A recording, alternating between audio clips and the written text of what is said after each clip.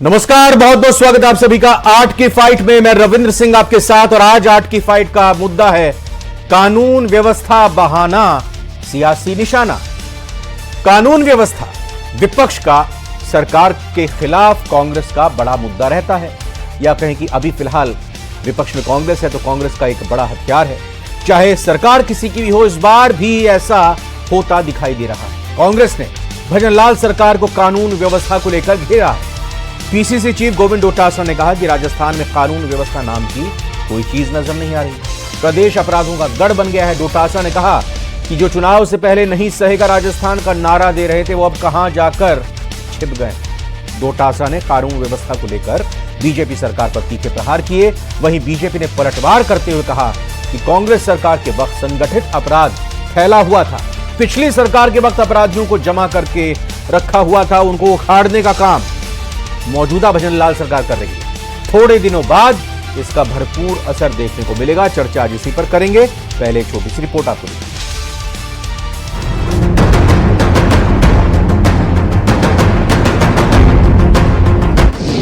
कानून व्यवस्था को लेकर कांग्रेस के सवाल। कोई जिला, कोई क्षेत्र ऐसा नहीं बचा हुआ है जहां हमारी मासूम बच्चियों के साथ में रेप की घटनाएं नहीं हो रही हों।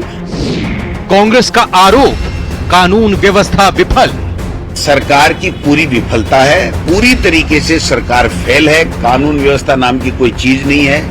आज जोधपुर में भी एक और घटना की रिपोर्ट आ रही है। जयपुर की घटना है ही, अजमेर में हुई थी, बीकानेर में हुई थी, अलवर में हुई है, भरतपुर में हो ही रही है। मतलब आप कहां बताऊं मैं। बीजेपी ने खारिज किए कांग्रेस के आरोप। डोटासरा साहब, पहले इस बात का जवाब दीजिए कि 5 साल जब आपकी सरकार चली तो हर तरीके के अपराध के मामले में राजस्थान देश में प्रथम स्थान पर था। उसका जिम्मेदार कौन है? और जो हालात आप बनाकर गए थे, जो गड्ढे में राजस्थान को डालकर गए थे, उसमें निकालने में समय लग रहा है। जिन अपराधियों को आप पनपा कर गए थे, उनके ऊपर प्रहार आज सरकार कर रही है और इसीलिए आप उखड़ाएंगे। कानून व्यवस्था बहाना सियासी निशाना।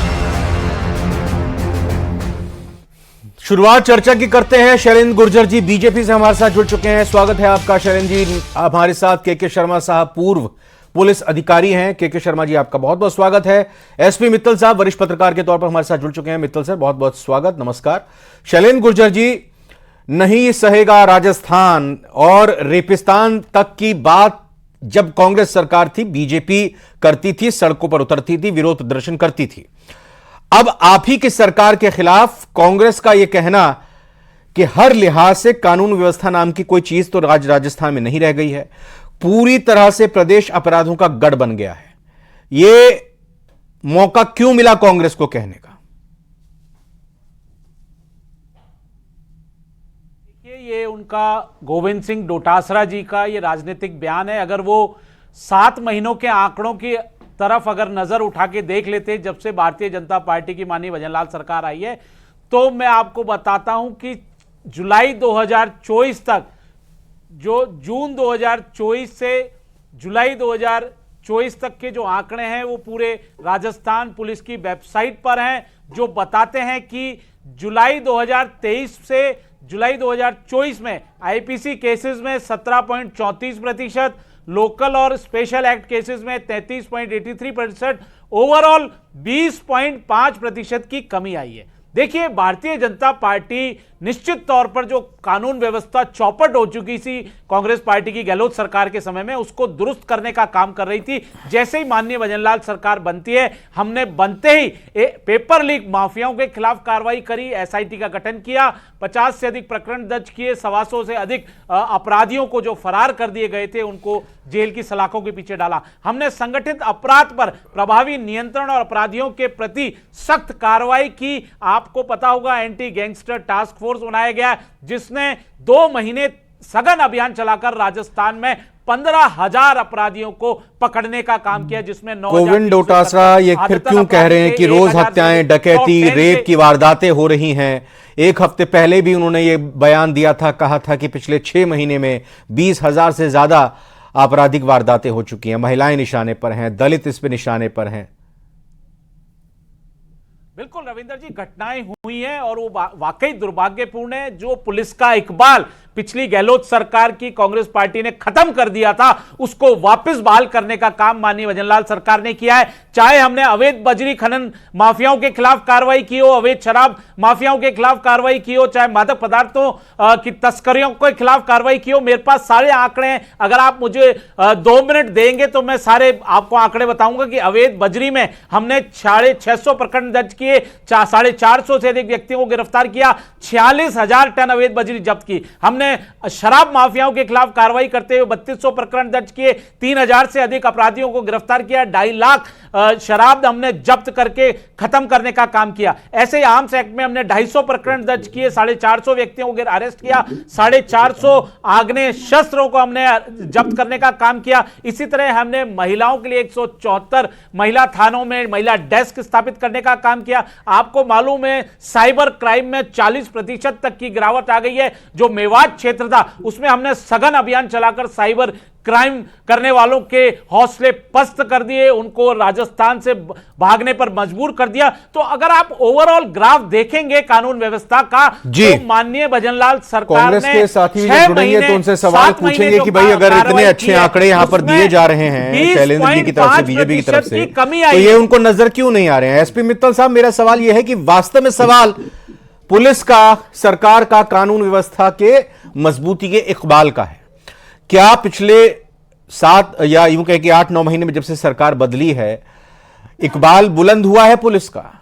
क्या संगठित अपराधों पर नकेल कसने में मौजूदा सरकार कामयाब हुई है? और क्या, जैसा बीजेपी की तरफ से शैलेंद्र जी ने आरोप लगाया कि राजनीतिक बयान दिया है गोविंद सिंह डोटासरा ने कि अपराध पूरी तरह से फल फूल रहा है राजस्थान में? देखिए रविंद्र, मुझे ऐसा लगता है कि क्या नाम से जो राजनेता हैं, जब भाजपा की सरकार होती है तो अलग बयान होता है, और जब कांग्रेस की सरकार होती है उनका अलग बयान होता है। लेकिन मैं जो अभी शैलेंद्र जी ने जो आंकड़े प्रस्तुत किए, मैंने भी क्या नाम से हाल ही में एक रिपोर्ट पढ़ी है।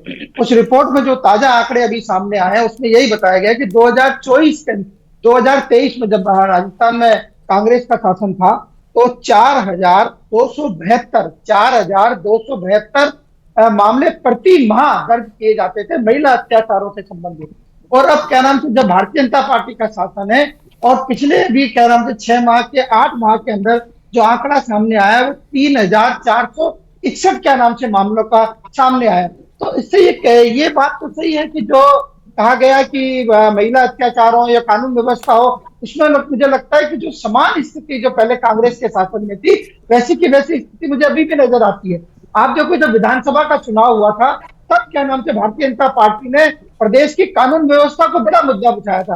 रविंद्र, आपको ध्यान हो कि चुनाव के दौरान जो भारतीय जनता पार्टी ने अपने विज्ञापन जारी किए उसमें अखबारों की कटिंग लगाई और ये बताया कि अखबारों में कांग्रेस सरकार की कानून व्यवस्था को लेकर क्या क्या प्रकाशित हुआ। स्वाभाविक है कि आम मतदाता पर उसका असर पड़ा और आज क्या नाम से भारतीय जनता पार्टी सत्ता में।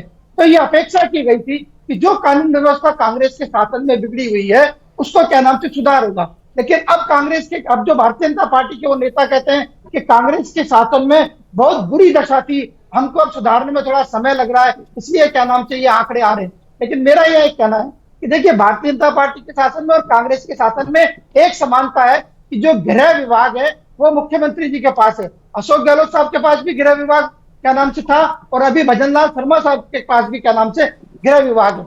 मेरे ये समझ में नहीं आता कि जब हम कानून व्यवस्था सुधार की बात करते हैं तो आखिर एक स्वतंत्र और क्या नाम से इंडिपेंडेंट हम गृह मंत्री की प्रदेश में नियुक्ति क्यों नहीं करते? क्यों मुख्यमंत्री हर बार क्या नाम से कोई भी सरकार का हो वो गृह विभाग को अपने पास रखना चाहता है? तो ये सारी चीजें हैं, उससे मुझे लगता है कि क्या नाम से जो कानून व्यवस्था है उसको लेके अभी क्या नाम से ठोस प्रयास और किए जाने चाहिए। देखिए, लेकिन रविंद्र, एक बात और है, इसमें कोई दो राय नहीं कि भजनलाल सरकार जब मुख्यमंत्री बने उन्होंने 3-4 बड़ी महत्वपूर्ण घोषणाएं करी। एक उसमें यह कहा कि जो क्या नाम से जो थाने पुलिस स्टेशन में उसमें क्या नाम से महिला डेस्क बनाई जाएगी। ऐसे उन्होंने कहा कि जितने भी शिक्षण संस्थाएं, चाहे स्कूल हो चाहे कॉलेज हो, उनके बाहर क्या नाम से CCTV कैमरे लगाए जाए। एक उन्होंने कहा कि एंटी रोमियो फोर्स क्या नाम से गठित की जाएगी। तो मुझे लगता है कि ये जो चीजें की है शायद क्या नाम से आने वाले दिनों में उसके परिणाम सामने आए। नितिन सारस्वत जी, जब आप जुड़े नहीं थे चर्चा में उससे पहले शैलेंद्र जी ने बताया कि पिछले इन 8-9 महीने में अपने कार्यकाल में बीजेपी की सरकार की तरफ से कैसे संगठित अपराध पर नकेल कसी गई। उन्होंने एक एक करके यह भी बताया कि कितने आरोपियों को, कितने गिरोहों को पकड़ा गया है, कैसे एसआईटी गठित की गई पेपर लीक को लेकर, कैसे एंटी गैंगस्टर टास्क फोर्स बनाई गई है। आप खामखा कह रहे हैं कि प्रदेश में कानून व्यवस्था नहीं है, यहां तो पूरी तरह से पुलिस का इकबाल है।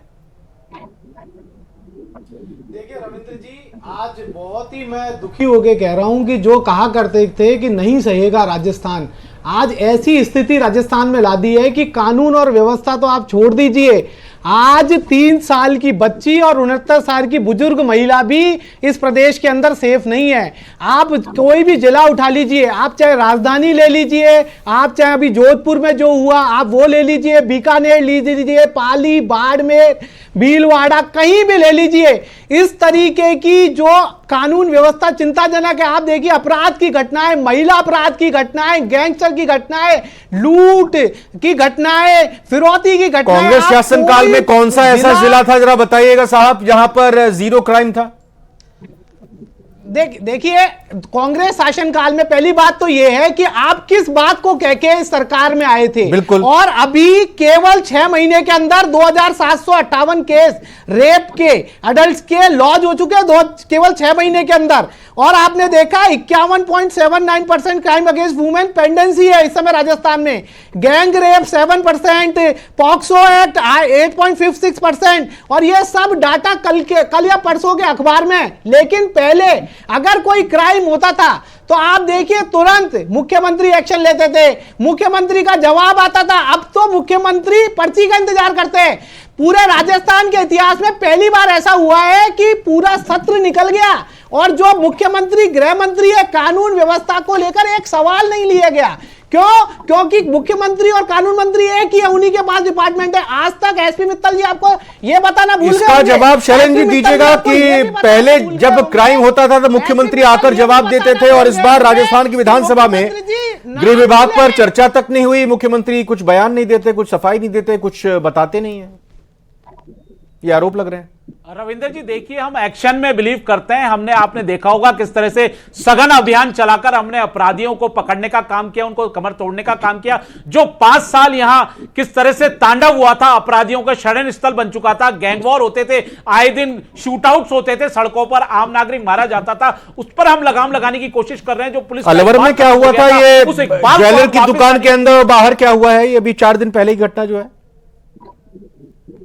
निश्चित तौर पर घटना हुई है, और घटना जो हुई है दुर्भाग्यपूर्ण है। हम उस घटना के तह तक भी जा रहे हैं। एक ये सवाल जो उठाया कि भाई विधानसभा में गृह विभाग पर चर्चा तक नहीं हुई, यहां से सारे अपराधी जी नहीं, देखिए रविंद्र जी, जो अपराधी थे आपको मालूम है, भिवाड़ी जो जिला है वो हरियाणा से लगता हुआ है, 400 मीटर पर ही, हरियाणा में बीजेपी की सरकार, जी मालूम है, अभी चुनाव भी होने वहां पे, ये भी मालूम हो जाता है। तो अपराधी यहां से भाग चुके थे। आप देखिए अपराधियों में खौफ है। निश्चित तौर पे घटना दुर्भाग्यपूर्ण, मैं इसकी घोर निंदा करता हूं, मैं उसको जस्टिफाई नहीं कर रहा हूं, लेकिन हम फिर भी कोशिश कर रहे हैं। जो क्राइम रेट है ये पूरी वेबसाइट पर है, ये राजस्थान पुलिस की वेबसाइट पर है कि आईपीसी के केसों में 17.34% की कमी आई है। लोकल और जो स्पेशल एक्ट्स हैं, जैसे एनडीपीएस एक्ट हो गया, आपका आर्म्स एक्ट हो गया, इस तरह के जितने मादक पदार्थ एक्ट हो गए, उनमें सब में नितिन जी ये जो आंकड़ों का हवाला दे रहे हैं ये पुलिस की वेबसाइट का दे रहे हैं शैलेंद्र जी, और वो बता रहे हैं जुलाई 2023 यानी 1 महीने के आंकड़े में, और जुलाई 2024, इन 2 साल के 2 महीनों के सेम मंथ के अगर आंकड़े कंपेयर करें तो 17% की गिरावट क्राइम में आई है। आपको लग रहा है कि क्राइम बढ़ रहा है? देखिए रविंद्र जी ये क्या है कि आज पूरी राजस्थान की जनता देख रही है किस तरीके की बेशर्मी है कि लगातार राजस्थान में आज जंगल राज है। जो मुख्यमंत्री खुद गृह मंत्री है वो विधानसभा में सवाल भी नहीं लेते, क्योंकि उन्हें जवाब देने पड़ेंगे। जब मीडिया उनसे माइक पे कोई सवाल पूछती है तो बाद में कह के मुस्कुरा के निकल जाते हैं। इतनी सारी घटनाएं हो गई, 3 साल से लेके बच्ची और 69 साल के बुजुर्ग महिला भी बची हुई नहीं है। व्यापारियों की हत्या हो रही है, भीलवाड़ा में अराजकता, उदयपुर में अराजकता, हर जिले की घटनाएं आपके सामने। उसके बाद में भी कह रहे हैं कि हम बहुत अच्छा कर रहे हैं। और दूसरी बात, ये केवल 300 केसेस कम हुए जो कि रिपोर्ट नहीं हुए। हमने तो एफआईआर कंपलसरी कर दी थी। और आपको मैं एक बहुत महत्वपूर्ण और बताना चाहता हूं, जितनी ये न्याय संहिता की बात करते हैं कि अब न्याय संहिता से सही होगा, न्याय संहिता के अंदर जो राजस्थान में हमने क्लॉज किया था कि कंपलसरी एफआईआर होगी, न्याय संहिता के अंदर है कि अगर 3 से 7 साल की कोई सजा का अगर कोई केस आता है तो उसमें एसएचओ डिसाइड करेगा कि इस एफआईआर को रजिस्टर किया जाता है कि नहीं, और इसी का परिणाम देखकर आप अपनी बदलापुर दलील में कमाल रखेंगे करता है। कांग्रेस की तरफ से, इसी चीज का नितिन जी इंतजार कर रहा था। सर मित्तल साहब, आपने मेरे को बताया कि 2023 में महिलाओं के खिलाफ बीजेपी कांग्रेस के शासन में 4272 मामले सामने आए, और 2024 की बात करें 3431, 3461 के करीब मामले सामने। मैं इसी चीज का इंतजार कर रहा था कि कांग्रेस के साथी ये बोले कि हमारे वक्त में एफआईआर होती थी दर्ज, और अब हो सकता है क्राइम हो रहा है लेकिन एफआईआर दर्ज नहीं हो रही। ये कौन सा तर्क हुआ, ये कौन सा जस्टिफिकेशन हुआ? देखिए रविंद्र, मैंने पहले ही कहा था कि क्या नाम से सरकारें आती हैं तो सिर्फ नेताओं के बयान पलटते हैं, हालात होके नहीं रहते हैं। हम उदयपुर में देखते हैं, उदयपुर में यदि कांग्रेस के शासन में कन्हैया लाल टेलर की हत्या हुई तो क्या नाम से भारतीय जनता पार्टी के शासन में एक 10वीं के छात्र की चाकू मार के हत्या कर दी गई। अभी हमने जो इससे भी ज्यादा गंभीर हमने देखा अलवर के अंदर, देखा किस तरीके से एक ज्वेलर्स की दुकान के क्या नाम से बच्ची से लेकर बुजुर्ग तक क्या अत्याचार हुआ हमने देखा। बुजुर्ग महिला का हाथ काट कर ले जाते हैं, उसके सोने के कड़े वो भी हमने देखा, पैर काट के ले जाते हैं। बच्ची का क्या बलात्कार होता है और उसको कैसे जला दिया जाता है भट्टी में, हमने ये भी देखा। तो कम से कम कंपैरिजन क्राइम की घटनाओं की विभत्सता पर नहीं होना चाहिए। मेरे साथ केके शर्मा जी भी हैं। केके शर्मा साहब, लगातार आप देख रहे हैं राजस्थान की कानून व्यवस्था को, पूर्व पुलिस अधिकारी हैं, जरा समझाएं सरकारें बदलने से कितना फर्क अभी महसूस हो रहा है, क्योंकि मुझे पता है कि आप साफ गोई और बेबाकी से अपनी बात को रखेंगे। और पुलिस के हाथ पांव बांधने वाला कोई होता है क्या? बांधे हुए होते हैं क्या हाथ पांव? इशारे पर कहीं से चलती है क्या पुलिस काम करती है? मैं केके शर्मा कोटा से। आपका जो चैनल पर प्रसारण हो रहा है कानून व्यवस्था की बिगड़ती हुई स्थिति और बलात्कार आदि पर, थोड़ा सा चेहरा पीछे करिएगा आप, आराम से आप दिख रहे हैं। हाँ बिल्कुल, ये ठीक है। हाँ, तो मैं इस संबंध में ये कहना चाहूंगा कि हम सरकारों के ऊपर यदि कानून व्यवस्था को छोड़ते हैं तो वो तो कुछ जायज लगती है, लेकिन यदि हम पार्टियों को इसमें इन्वॉल्व करते हैं तो ये मेरे हिसाब से बिल्कुल गलत है, क्योंकि पार्टियां सरकार नहीं चलाती है, सरकार कानून चलाता है, कानून का शासन है। इसलिए पार्टियों को आप इससे दूर रखने का कष्ट करें। इस संबंध में जो मेरा निवेदन है वो ये है कि हमने पिछले 70-75 सालों में जितने कानून बने वो सब कानून अपराधियों के पक्ष के बने, जिसकी वजह से आज 75 साल बाद हम हिंदुस्तान में ये स्थिति देख रहे हैं कि लोगों ने सरकार को, लोगों ने लोक शांति को, लोगों ने आम शांति को एक खिलौना बना के रख दिया है, क्योंकि कानून का कोई डर नहीं है। कानून केवल अपराध करने वालों के पक्ष के हैं। इस संबंध में मेरा जो सुझाव है, नहीं, मैं सुझाव से पहले, मैं शर्मा जी मैं सुझाव लूंगा आपका, लेकिन पहले मेरा एक सवाल ये लीजिए कि सरकारें जहां पर बनती और बिगड़ती हैं, आती और जाती हैं, कानून व्यवस्था एक बड़ा मुद्दा रहा राजस्थान में 2 दिसंबर 2023 के विधानसभा चुनाव में, और एक बड़ा कारण बीजेपी की जीत का यह भी रहा। क्या जनता ने अगर बीजेपी की सरकार बनाई, उनको चुना, उन पर भरोसा किया, अभी इन 9 महीनों में उसमें चलिए आचार संहिता का वक्त भी हटा दें, बाकी चीज भी हटा दें, ये चुनावों का वक्त भी हटा दें, क्राइम ग्राफ में कुछ कमी आती हुई दिखाई दी है क्या? लोगों ने जो भरोसा जताया है वो दिख रहा है, क्योंकि ये उस वक्त की सरकार और इस वक्त की सरकार आपस में तर्क वितर्क कर रहे हैं। इसको समझाएं और फिर बताएं सुझाव आप क्या देते हैं। Thank you. इस संबंध में मैं ये कहूंगा कि कानून व्यवस्था जो लचरपन था उसमें थोड़ा सुधार हुआ है।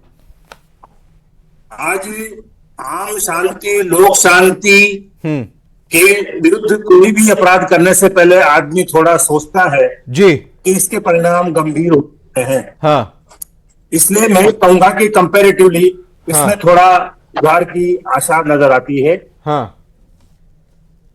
लेकिन इस सुधार को हम सुधार इसलिए नहीं कह सकते जी कि अपराधों की जो भयंकरता और क्रूरता में बढ़ोतरी हुई है, हाँ, हाँ, का मुख्य कारण मेरे हिसाब से जी कानून के लचर होना और हाँ, कानून का मुलजिम पक्ष को या अपराधी को जी, संरक्षण देना।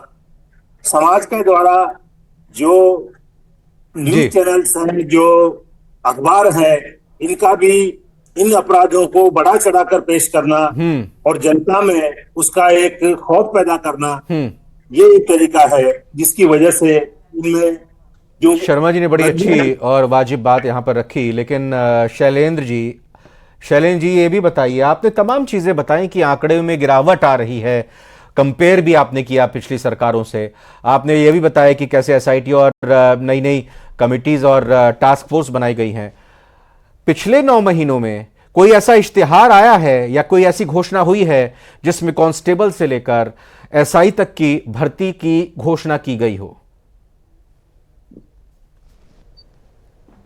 रविंदर जी, निश्चित तौर पर इस पर भी जल्दी ही घोषणा होगी। पुलिस महकमे में जो नफरी की कमी है उस पर भी माननीय भजनलाल सरकार बहुत गंभीर है और उन्होंने पूरी प्लानिंग कर ली है किस तरह से नफरी को बढ़ाया जाएगा। पुलिस कांस्टेबल से लेकर सब इंस्पेक्टर तक की भर्ती की जाएगी। लेकिन आप देखिए, जो मेरे कांग्रेस के प्रवक्ता बिना तैयारी के आते हैं और कानून व्यवस्था की स्थिति जो थी, 12 लाख से अधिक मुकदमे दर्ज थे और आए दिन गैंगवॉर होता था, पूरी राजस्थान की जनता ने देखा। हम कोशिश कर रहे हैं, निश्चित तौर पर अपराध हो रहे हैं, मैं इस पे बिल्कुल ये नहीं कह सकता अपराधी, हम बिल्कुल जीरो टॉलरेंस की नीति हमने अपनाई है, लेकिन अपराध हो रहे हैं। कहीं ना कहीं कुछ अपराध इस तरह के हैं जो विकृत मानसिकता वाले लोग करते हैं, कुछ अपराध हैं जो अपराधी भाग गए हैं राजस्थान से करके, फिर वो वापस अब नितिन जी, गोविंद सिंह डोटासरा ने बयान तो दिया, बयान के अलावा जो है, क्योंकि अगर हम बीजेपी की बात याद करें तो चुनाव से पहले सड़क पर तो उतर आए थे वो। अब जब 6 चुनावों की घोषणा होगी उससे कुछ दिन पहले हम देखें कि सड़कों पर आप उतरेंगे या फिर अभी ये बयान ही आते रहेंगे? देखिए रविंद्र जी, 2758 केस मैंने बताया रेप के, अभी 6 महीने में दर्ज हो गए। मैंने पॉक्सो है कि और क्या नाम, बीच में नहीं बोलेंगे, ये बीच में नहीं बोलेंगे, ये बीच में नहीं बोलेंगे, ये गलत बोल रहे हैं। ना बीच में नहीं, बीच में ना, देखिए बड़े अच्छे से अभी तक बातचीत हुई है, एक दूसरे की बात को आपने काटा नहीं है, इस तरह की भाषा का प्रयोग करते हैं कांग्रेस के नेता। देखो मेरा वक्त ही खत्म होने जा रहा है डोटासरा जी कि अपने कांग्रेस अपनी बात रख दीजिए, मैं तो गुजारिश कर ही रहा हूं शैलेंद्र जी से कि वो शांत हो जाए, अपनी बात आप जल्दी से रख दीजिए सारस्वत जी। देखिए बजरी माफिया खुद, कल एक कांस्टेबल सुसाइड कर लेता है, पुलिस के अत्याचार थे। बजरी माफियाओं से खुद एसपी को क्या नाम से पुलिस अधिकारी को भागना पड़ता है। बोल रहे हैं एसआईटी बन गई है, एसआईटी बन गई है, गंभीर अपराधों की घटनाएं बढ़ जाती है। कहीं भी बीजेपी कमेटी बना के नहीं भेजती है, गृह मंत्री सवाल नहीं लेता है। अरे ये 2758 केस आंकड़े नहीं है, ये पॉक्सो एक्ट। ठीक है सर, मैं माफी चाह रहा हूं, आज का वक्त मेरे पास इतना ही है और उम्मीद यही करनी चाहिए और जनता भी यही अपेक्षा करती है, चाहे वो कोई आम नागरिक हो, व्यापारी हो, महिलाएं हो, सड़क पर, गांव में, देहात में कहीं निकलें तो उनके साथ किसी तरह की अपराध की या संगठित अपराध उनके साथ ना घट जाए, ये अपेक्षा सरकारों से रखते हैं। और विपक्ष का काम ही होता है जनता के हितों को आगे लेकर आना, सरकार के खिलाफ अपनी बातों को रखना। अब देखना होगा कि आने वाले वक्त में सरकार और विपक्ष अपने अपने तरीके से अपनी बातों को जनता के लिए हित में किस तरह से उठाते हैं। चारों मेहमानों को बहुत बहुत धन्यवाद आज 8 की फाइट में।